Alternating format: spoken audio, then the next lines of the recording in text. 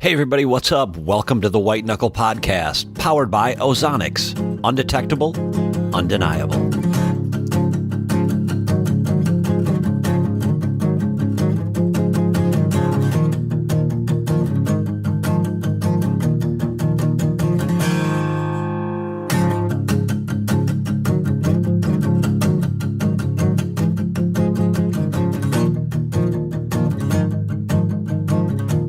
Well, hey everybody, welcome back to the White Knuckle Podcast. Today I have with me, of course, as always, or most always, Todd Pringnitz over there in Iowa. He has joined me on the other line, and today we've got sort of an off-the-beaten-track type of show, and that's because we get so many questions about what it is that Todd does, and none of us are really sure, but really what it is that he does when it comes to the hunting industry and developing products, and how exactly does he get a product to market. So Todd, we'll talk about that today. Todd, how's it going? Woo! We got rain last night in Iowa, so I'm pretty pumped, bro.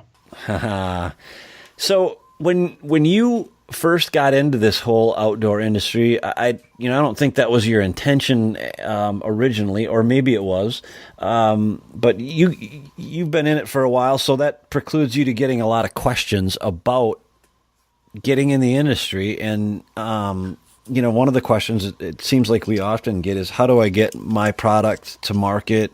How do I get in this business? That kind of thing. A lot of mine are specifically, I have an idea for a product. Would you mind giving me your opinion of it? Or I have an idea for a product. Would you mind paying me $1 million for my idea? Yeah, no.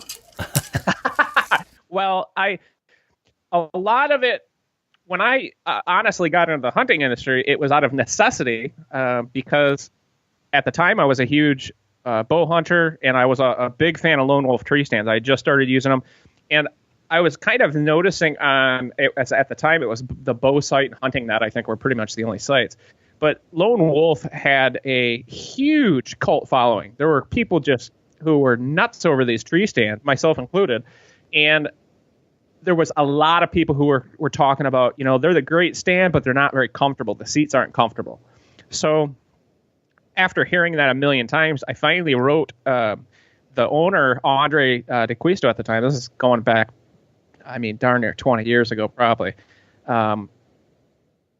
Pretty much. A long time ago. But I wrote him an email and just said, hey, I'm an engineer, designer, and an importer. I do a lot of stuff in China and different countries, but also a designer. I said, your tree stands are the best. You got to come up with a new seat design. So I threw a couple ideas I had for a multi-layered foam seat or something.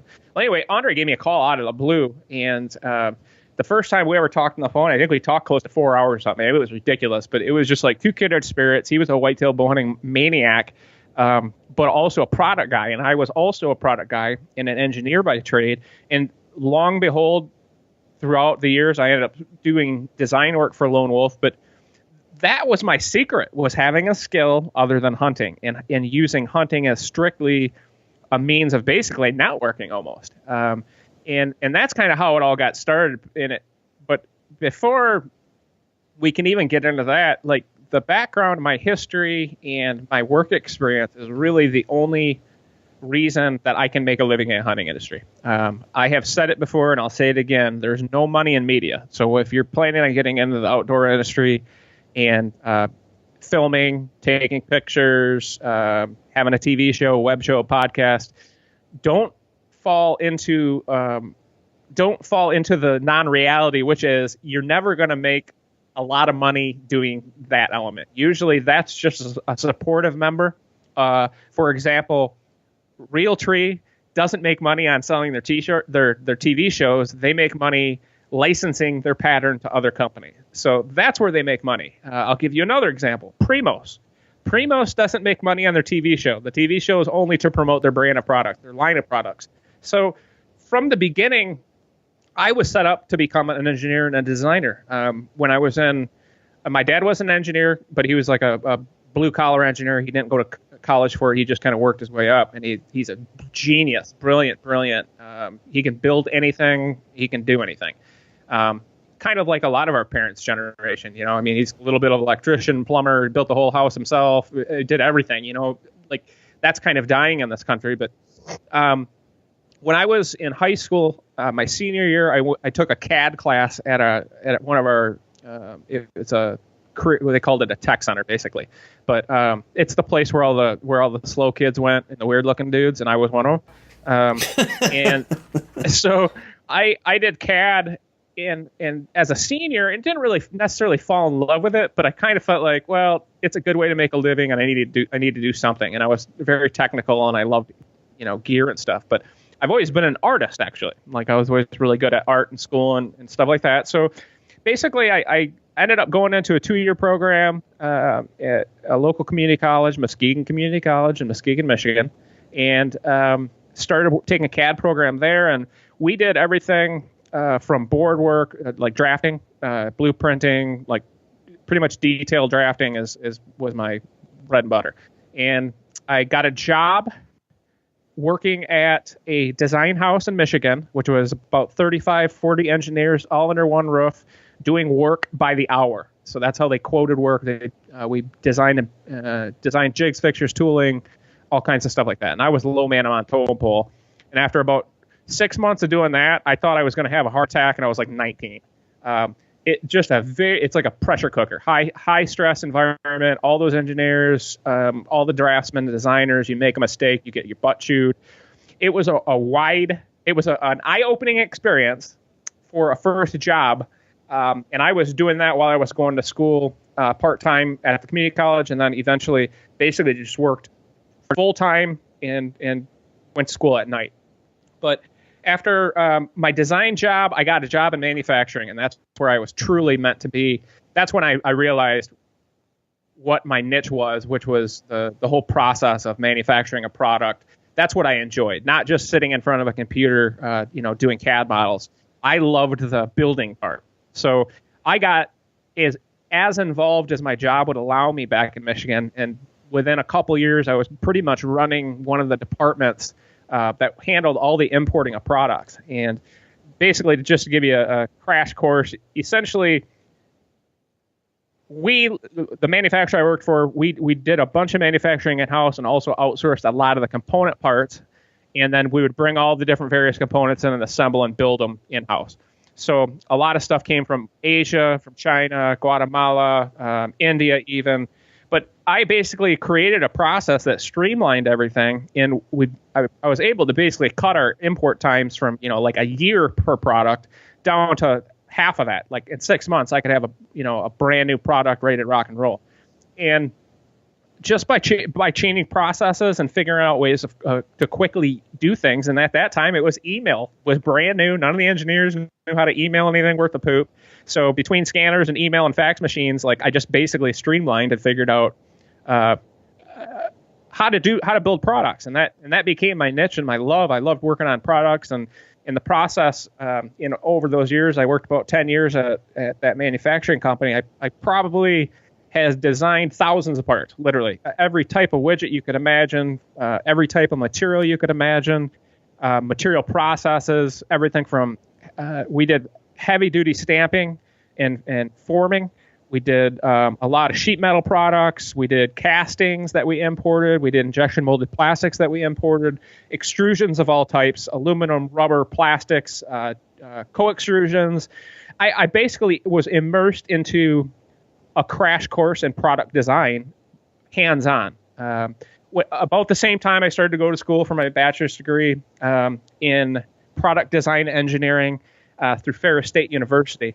And I really came to the conclusion very quickly that the real world was so much different than what we were being taught in the classroom. And I didn't really want much to do with the classroom at all, to be honest with you. I had been working for a company long enough to realize that the harder I worked didn't necessarily mean that I was going to directly benefit from that. I watched just a lot of people make a lot of money, and I wasn't one of them, I'll put it that way. So I kind of came to the conclusion I needed to work for myself, because I knew the only way I would ever truly be able to do what I wanted to do would be, to do my own thing. But in the process, I started my first company, which was called Allen Components. And Lone Wolf was my first client, actually. And I was designing products for Andre. And then I imported some of the parts for his tree stands. This is a long time ago. Now it's 100% in the U.S. But I did that for a bunch of different companies. Lone Wolf, Hunt More Chairs, Muddy Outdoors, Blind Ambitions, Bale Blinds. And I basically kind of helped design and develop their products.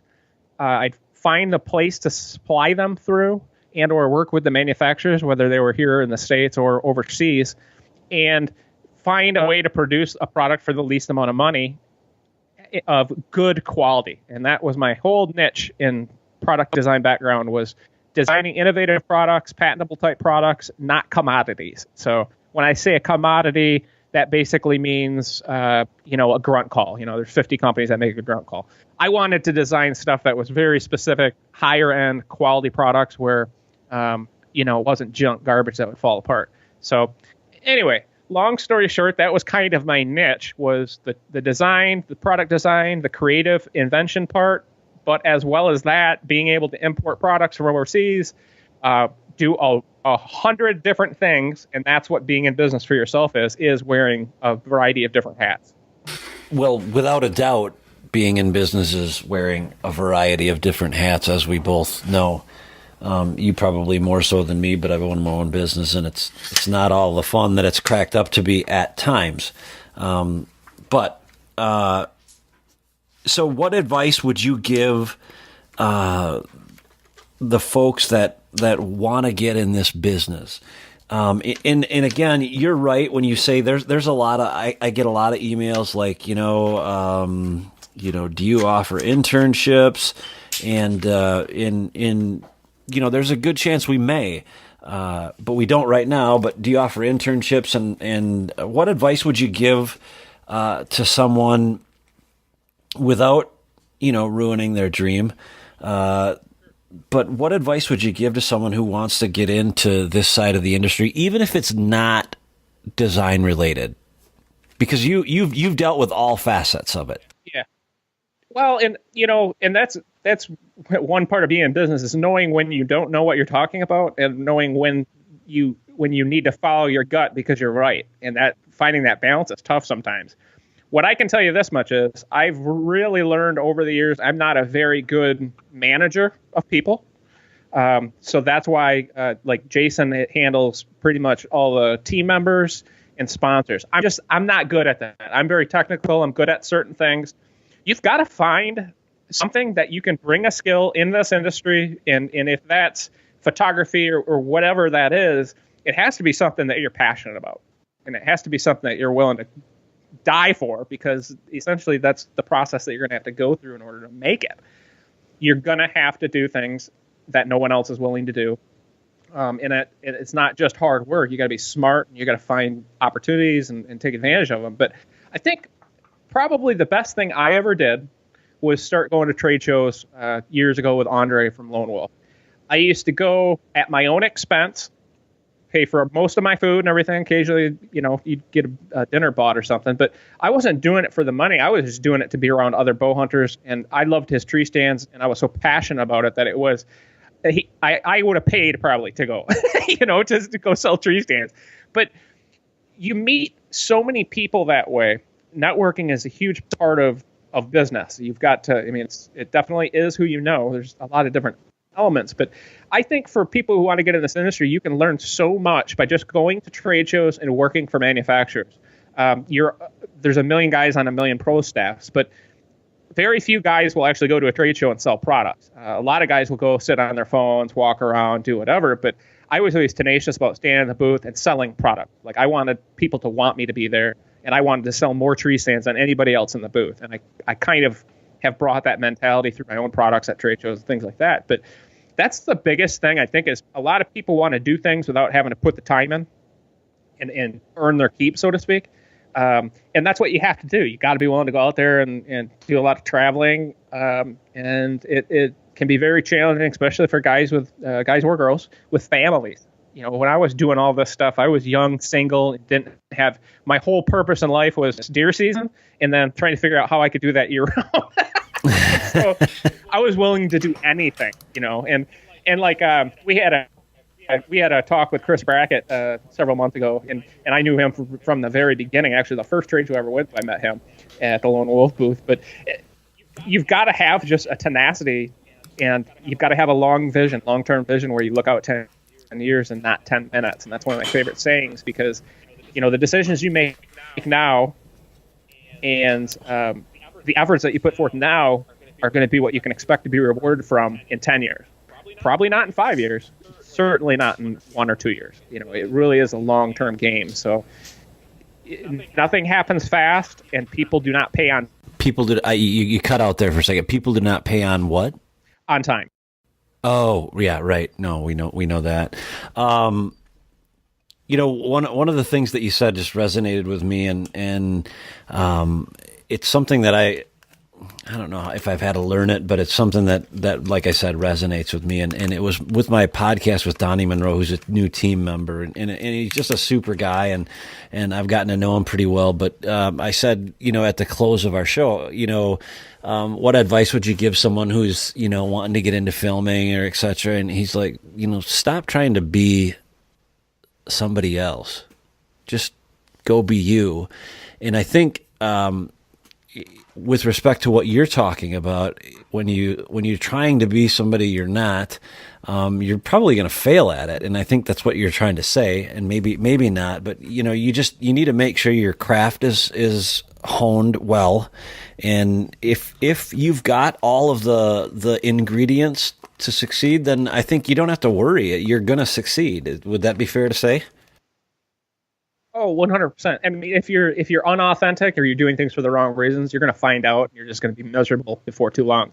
And some people might have a hard time believing this, but like with White Knuckle, what we're doing with White Knuckle, we've been doing for all these years and everything, I consider myself an engineer first. Like, that's what I'm most proud of. That's what I really consider to be my gift. My skill is to be able to create and come up with these different designs and make them executable to be a finished product. And that's what you have to find. You've got to find your niche, but then you're going to have to do a lot of other things that you don't necessarily want to do that come with the territory. And that's where I struggle the most, is the business side of things. I don't know why we're teaching kids all this advanced mathematics. We should be teaching kids accounting, finance, and how the real world works when it comes to borrowing money, capital, how to use money, how to find money. That's the stuff that I never had any background with. So the product was really always easy for me. And that's usually the opposite. Most guys have a hard time getting a good quality product, but they have money, let's say, or they've got, networking, or they got they know a rep or a sales guy or whatever. The product stuff has always been easy for me. It's always been the other elements of business, which are challenging, because I don't come from a business family. So I basically had to do it all on my own and learn, oftentimes the hard way. But I was kind of fortunate by working with all these different other companies like Lone Wolf, I worked with, for every one of those companies I named, I worked with probably twice as many guys on different ideas, inventions, different products. And like I am with hunting, I'm kind of straightforward. I just tell guys, like, that's not a product or a project I'm interested in doing, because I just don't see it selling. I can't get on board with it. So I actually turned down quite a bit of work and told a lot of guys who've had a lot of really interesting ideas, that basically your idea is crap. There's nobody that's going to buy that.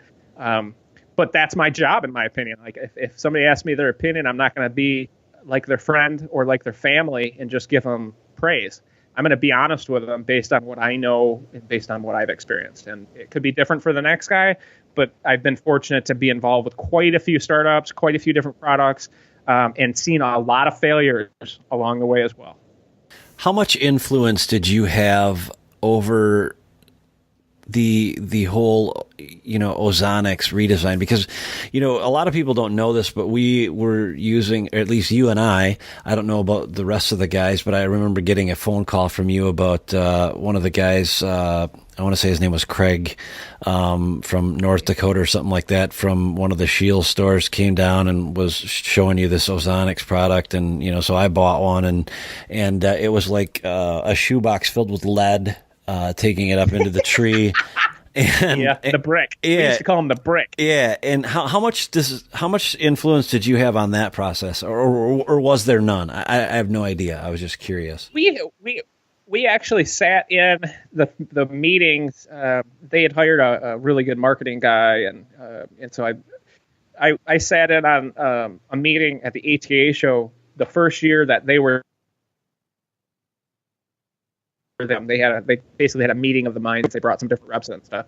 So I was a part of the brainstorming sessions, I would say, but they took the design aspect and did their own thing. And to be honest with you, that's just something that's out of my experience base. That they're dealing with chemical, they're dealing with a lot of different factors that I just wouldn't even work with. I know what I'm good at. I'm good at mechanical design and problem solving. But when it comes to that, they got some really top engineers involved, and they had to, because that is just not an easy situation of changing air into ozone gas and blowing it out at a rate that's enough to actually affect the hunting without sounding like a 747 coming out of the sky. Right. I was just curious. So that's just a different. I was involved a little bit, but they pretty much have taken the ball and run with it. Right. That's their baby, and I'm happy that it is, because there's certain things I just don't have very much interest in. Electronics is one thing I just have. I sucked at it in college. I suck at it now, and I just have no interest in dealing with any electrical type products. But mechanical design, castings, plastics, those types of things are what I'm really, really good at. And the one part as the designer that I think gets overlooked a lot is your ability to design in advance for manufacturing. There's a lot of people who can come up with a great idea and draw a cool sketch on a piece of paper. Some of them can even make an artist rendition where they show the fancy picture of this cool product that they want to build. And design firms are famous for this, of creating these beautiful, wonderful designs. Well, it doesn't matter unless you can build the dang thing. And that's where I really spent a lot of time in my early years in manufacturing. I spent a lot of time in the tool room with production employees, running jobs, building tools, actually seeing how products were getting built. And because I had such a huge wide range of different processes and manufacturing techniques that I was able to get involved with and learn about, that's what makes my job as a designer so much easier than a lot of guys, because I've seen and done a lot of different products. So I know what rubbers to use. I know what steels. I know what aluminums. I know what processes are going to be possible. Well, hey, everybody, Jason here. We had a small amount of technical difficulty due to the fact that Frontier has not given me the internet that they've promised me 3 times that they would, but I won't get into that anymore. But right now, we're going to take a quick break and hear our Ozonics file of the month. And you know what that means? That means this is going to be your chance to win one of the prize packages that's going to be given away from Ozonics on this podcast. So here we go with this week's Ozonics file. Well, hey, everybody, it's that time again for the White Knuckle podcast Ozonics files. Tonight I have joined with me Donnie Monroe. Donnie's been on a previous podcast talking about his experience with archery, and tonight he's going to tell us about his first experience with an Ozonics machine. Donnie, how's it going? Oh, it's going really good. First of all, when I met you at the White Knuckle video school, you hadn't used an Ozonics machine yet, and it would be fair to say that you were pretty skeptical, wouldn't it? Oh yeah, absolutely. We, having an archery shop for so long, and there's a lot of stuff that come through the shop and new things to try, and most of the time I try a lot of different things, but something that I've always kind of really relied upon the wind and really watched the weather, and even down to the hour by hour forecast as far as wind direction and everything, and speed, and what the structure's like. And when I think the first time I actually was introduced to Ozonics, I believe it was I think a rep brought it into the shop, or it might have been actually at the ATA show.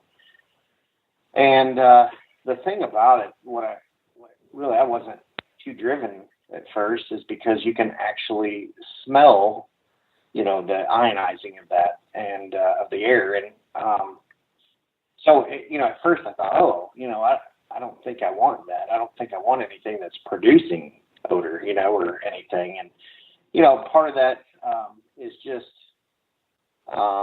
not really, I'm more of a seeing is believing type guy. And, there's been gimmicks in the past that have been out, and I've tried a lot of different things, and there has been some that were not successful, and kind of thought that maybe this might be one of those. I know that they had some science behind it, but I just didn't really dig into it. But over time, really hearing a lot of different people that I personally know that are really serious into chasing mature whitetails, and hearing some of the stories that they had to say, matter of fact, even talking to Todd when we were at the film school, you could tell, and really that's probably the one that really threw me over the edge, because you could really tell that he's just completely passionate about it. And I think that's really what drove me to decide to, I want to have one of these to test, but just to buy somebody else's, I was starting to believe it, but as far as really, really getting it, I had to try it myself. And I had a buck that was coming in. There were a few different bucks, and I was trying to actually get velvet footage of a particular buck. But, to be honest with you, I really just wanted to test it. And any mature buck, 4 years old or older coming in, and really being downwind was going to be a critical test. And that would really tell me. So I done something that I would normally not do, and I wouldn't do it in a hunting situation. And that is go to a stand that's blowing right into a food source where I expected the deer to come from. And sitting there, he actually, I didn't think it was going to happen. It was starting to get low light. As a matter of fact, I had my better camera on a camera arm, and the sun, I picked up a few fawns and some different things, and the sun started to fade, and I thought, this isn't going to happen. I'm like, it's not going to happen. I went ahead and I packed it up. I was just going to slip out of there, and next thing I know, I look up, something caught my eye, and there's one of the 4-year-old bucks, and coming in straight downwind of me. And you could tell that he smelled something, but he wasn't really sure, what it was. And he actually, and I didn't get it all on video because, like I said, the sun was fading, and I just couldn't get good video of it. But he came into the food plot in front of me for a few minutes and then walked off. Now, I've had plenty of experience with mature deer over the years, and unfortunately, I've had a few, and even mature does, catch wind, and they just, the does normally seek you out, but the mature bucks, they tend to just, they catch any kind of scent at all, and they're out of there. They don't hesitate. They're gone. And I just was blown away that, he actually came in and stayed there, and he didn't spook. And to me, after that, it was all over. I was totally convinced and really pumped about it. So I knew at that point I had a new tool for myself. Well, awesome. You probably, as a matter of fact, I'm sure you don't probably know this, but we named your video the Believer Buck. So we felt like after that buck, was put to the test, it made a believer out of you. So look for that Ozonics file to be in the video format somewhere here towards the end of the week. Well, thanks, Don, for coming on and sharing your story, and we look forward to hearing how the rest of your season goes with Ozonics. Absolutely. I don't want to make this long, but I do want to point out something. When I go to hunt, I'm still going to play the wind. But I'll tell you, and hunting over years, something that has played a big part is, trying to watch the weather. How many times is the weatherman right? And a lot of times you'll get in and it tells you the wind's not going to shift till 9 o'clock at night. You get in your stand, everything's right. All of a sudden you notice the wind shifts. Man, that's where that could really play a big part in, helping you keep from actually just jumping down out of the stand and getting out of there. And, or just anything, wind swirling, things changing around. So that's where I think this thing is going to be an amazing tool to help with that stuff. Well, there you have it. Ozonics has made a believer out of Donnie, and believe me, if you knew Donnie, you would know that that's not easy to do. Okay, well, on to more important things, and the important things like how do you win this awesome prize package from Ozonics. Here's what I need you to do. I need you to like the post from this show on social media and also share it. Once you've done that, go to our White Knuckle webpage. That's www.whiteknuckleproductions.com. On the top right-hand side, there is the word contact. Click on that. Fill out the contact submission form. In the comments of that submission form, put "Send me my Ozonics." One more time. You've got to like and share the post that we had on social media, whether it's Instagram, Twitter, or Facebook. Any of those three will work. And then go ahead to our webpage. That's www.whiteknuckleproductions.com. Up on the right-hand side of the top of the page, go ahead and click on contact, fill out the submission form, and put in the comments, "Send me my Ozonics." Pretty simple. Now we will rejoin the show. I apologize again for the technical difficulties that we had. Todd was in the conversation, was talking about one of the things that he'd like to have a conversation with President Trump about is, I believe he said that it was the skilled laborers and how he felt about that whole situation. So let's listen in on what Todd has to say about his conversation that he'd like to have with President Trump. Where'd you lose me? So what you were saying before I cut us off, and I apologize for that, was one of the biggest issues is tooling. And if you could have a heart-to-heart with Donald Trump, President Trump, what would it be? Just that in order for we have to be able to utilize the skilled laborers that we have. The problem with that, like tool and die makers, they make a lot of money and they're very skilled, they're talented people, but it makes the cost of our tools in the U.S. so expensive. Specifically for injection molded plastic parts are some of the most expensive tools you can get. I mean, we're talking hundreds of thousands of dollars for some of these parts that you see in your automobile. So just the tooling costs of a lot of different products that I've designed here in the States are so astronomically expensive. Not that you're not going to get a good tool, because you're going to get a better tool than you can in Asia, but it's prohibitive. If let's say, this is just for reference, like our Wicked Tough handsaw, if I were to tool, and I actually quoted everything here, you couldn't get the blades here, nobody makes them, but I quoted everything. And I mean, the tooling just for that one product would have probably been between $40,000 and $50,000 by the time it was all said and done, which would have not made it even possible for me to come up with the Wicked Trigger handsaw. I mean, just like right out of the gate, you just can't afford to do that. So there has to be a balance. We've got to. Is that, and I'm sorry to interrupt, but is that because if I'm understanding what you're saying, is it's because surely the cost of the price of the machine to make what it is that you're trying to get is just so exorbitant, it's just prohibitive? That it's primarily the skilled labor cost, because you're paying most like really good tool and die makers are making $35 to $50 an hour if they work like UAW in Detroit or something like that. Some of those guys make like up to $70-$80 an hour.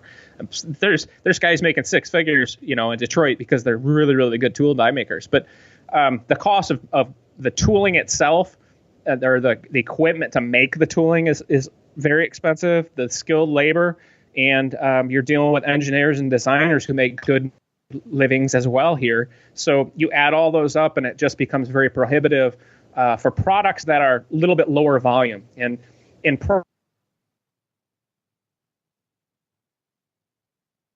greater the volume, the lower the price is going to be. So for startups and new entrepreneurs that have an idea, you don't realize that you can't get 100 of those made at a time. You got to get 10,000 made, and you got to be able to finance that. That's where it becomes challenging. And so for guys who are doing it on their own from nothing, like I had to, you just don't have that capital to start. You've got to figure out a way to do it. And China is the only way that a lot of these new products can even make it to the forefront. If you get into something like garbage cans, okay, where you're going to sell 5 million garbage cans a year, you can afford the tooling here in the States, and you can afford to manufacture them because you've got so much volume that the costs of the tooling, the costs of the more exorbitant costs are absorbed by that huge volume. It's spread out, so to speak. So you don't have to deal with it nearly as much. Same thing with automotive. They're making all the plastic parts here because they're not making 10,000 of them. They're making millions of these things. And when you get into that volume, it's less expensive to do here in a lot of ways, shapes, and forms. Listening to you, I can't help but wonder how many ideas go unfounded just sheerly because of capital reasons. Everything's we have a saying in the car business: everything's funny when your pocket's full of money. But unfortunately, the truth of the matter is money opens up a lot of doors. As sad as that may be, that's just a fact. So get over it. But it is what it is, and we're talking playing for keeps. And I own my own dealership, and we could go on and on about that, but at the end of the day, the best thing that you can do for yourself, if you want to, in my opinion, and Todd, you can speak better than what I can, but from what I've heard, the best thing that you can do is put yourself in a position that you have the capital, before you go in and do this. Don't get the cart in front of the horse, or the horse, or whatever, get yourself in a good financial position prior to trying to launch something like this, so you're not losing it all. Or if you're young enough like Todd was and you've got nothing to lose to begin with, you go for it then, but you don't want to do it when you're 35 years old. I've kind of always had I don't know where it comes from, just experience or whatever, but I've always had that inner confidence to kind of just trust and know that I was going the right direction and not worry too much about what other people are saying. There's a couple things that always scares me off about guys with ideas, and I'll just be honest and tell you the truth of it. Number one, you're never going to get anybody else as excited about your idea as you will be. Everybody else has an idea. They want to do their idea. They don't want to do your idea. There are cases where you have a really good idea that you can license, and I've done some different licensing deals in the hunting industry with my ideas, and I've been screwed every single time. So if you think you're going to come up with a cool idea and make millions of dollars without having to do it yourself, it's not possible. It really isn't. I mean, that's just the truth. So the other thing that is the biggest turnoff to me, especially when I'm talking to different people, investors, I've dealt with it all. If you're not willing to invest in your idea or your own product, then why in the hell would I want to? I'm going to say it one more time. If you're not willing to invest into your product, then why or how are you going to expect to get somebody else's money to invest in your product? I think the Shark Tank idea thing, where you go on Shark Tank and they offer you $100,000 and then you make millions of dollars after, didn't actually happen, and that it's just making TV. That's not the world we live in. Nobody gives you anything for free. You're going to have to earn it. You're going to have to pay for it yourself, at least until you get to a point where you've got something else to sell and or a brand.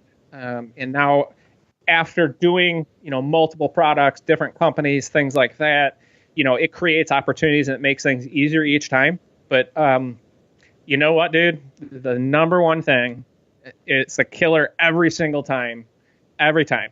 It's always capital. It is the toughest to capital is money, the money you need to run a business and to grow a business.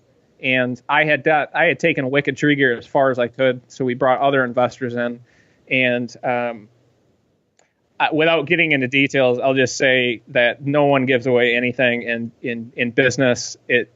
Don't trust what anybody says. It's always going to take the road of least amount of payment as slowly as humanly possible. So that's the biggest challenge. Is it's great to design a product, and it's even cooler to be able to produce that product, but you still have to sell that product. And in fact, the toughest part is actually collecting on the sale of the product. And that's the one thing you don't consider when you are designing and selling products. You think about, well, if I can design a better mousetrap for $10, I can turn around and sell it for $20 and make $10. But the reality of it is you have to make it for $5 so that a big box store can sell it for $20, and you'll make less than they do on the final sale. So basically, every single product I look at, the cost has to be about 25% of the actual retail price. So you've got to produce a product for 25% of whatever it's going to actually sell for that's most of the time for smaller type hunting related type products, most products in general. You got to double your money. And we're getting kind of deep into the numbers, but I think on the surface, a lot of people would say, well, why do they get to make more money on it than you? Well, on the surface, they may be making more gross profit, but there's a whole lot of difference between a gross and a net profit. They've got brick and mortar that's much larger than your brick and mortar to pay for, whether it's a mom and pop retailer or a big box store. So there's just, there's 100,000 different things that go into this. And I guess the one thing that popped into my head, that, someone told me along the way, and I wish I would have learned it a long time ago, was that everything you do in life has an exchange rate.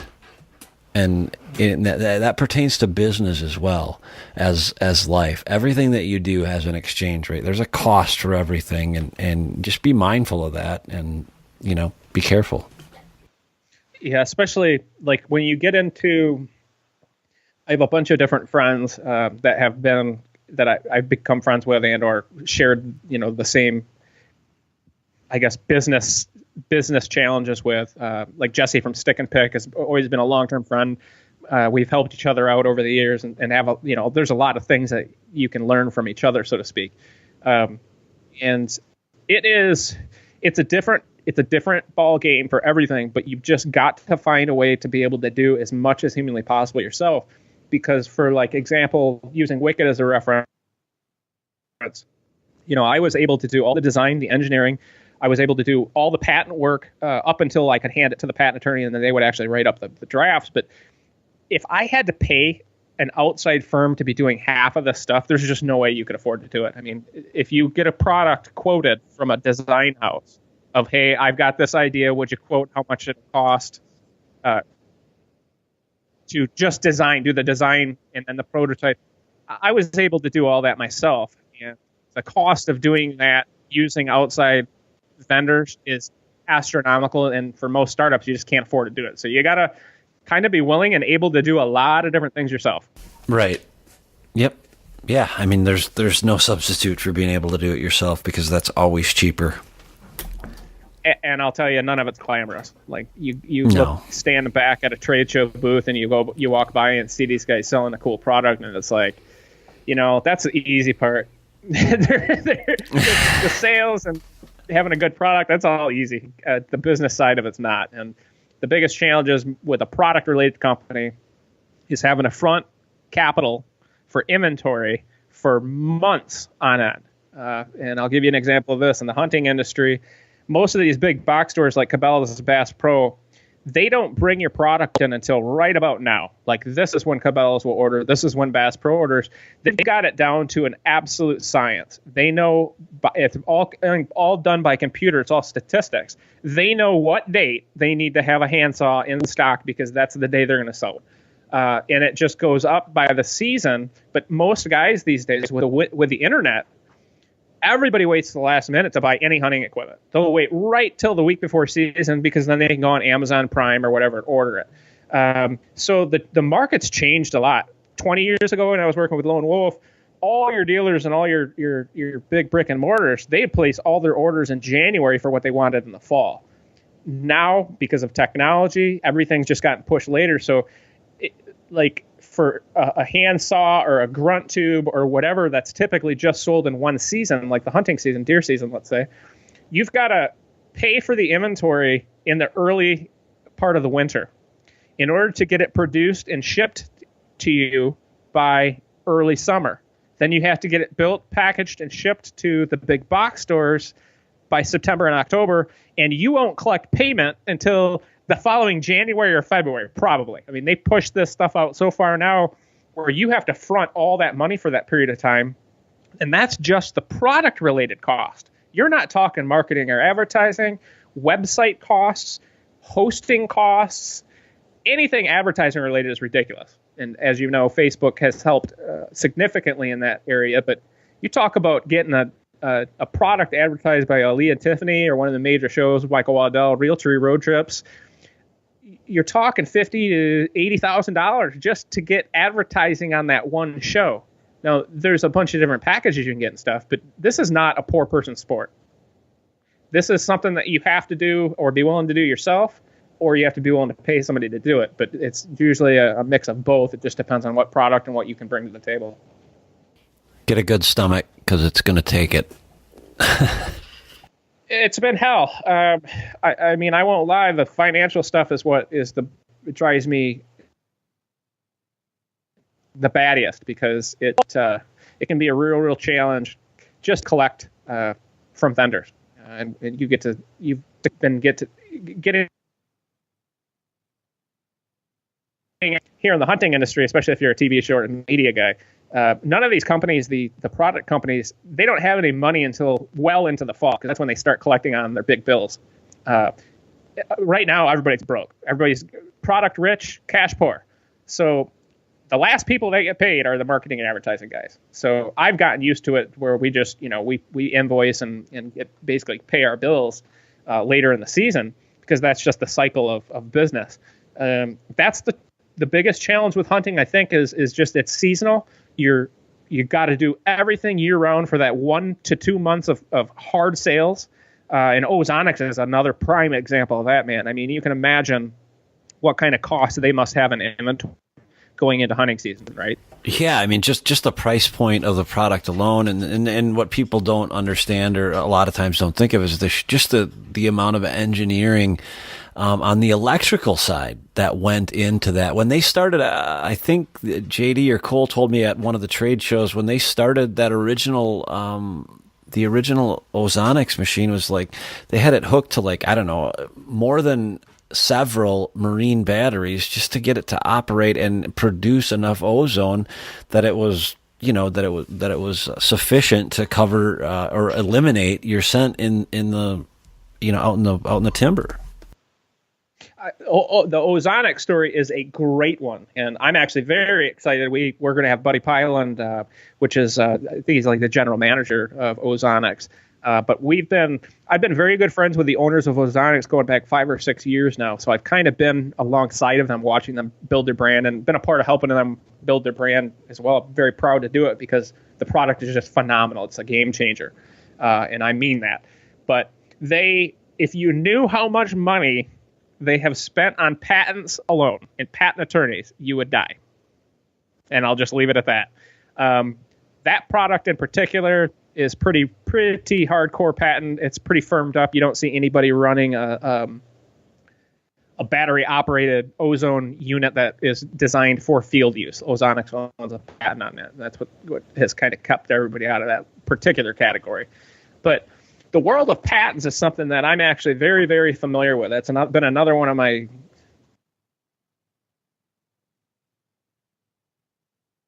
even understand a lot of the mumbo jumbo. And I've been involved in a bunch of patents. I've paid for a ton of them over the years now. I've been probably the inventor on a dozen or more, some in the hunting industry and some outside as well.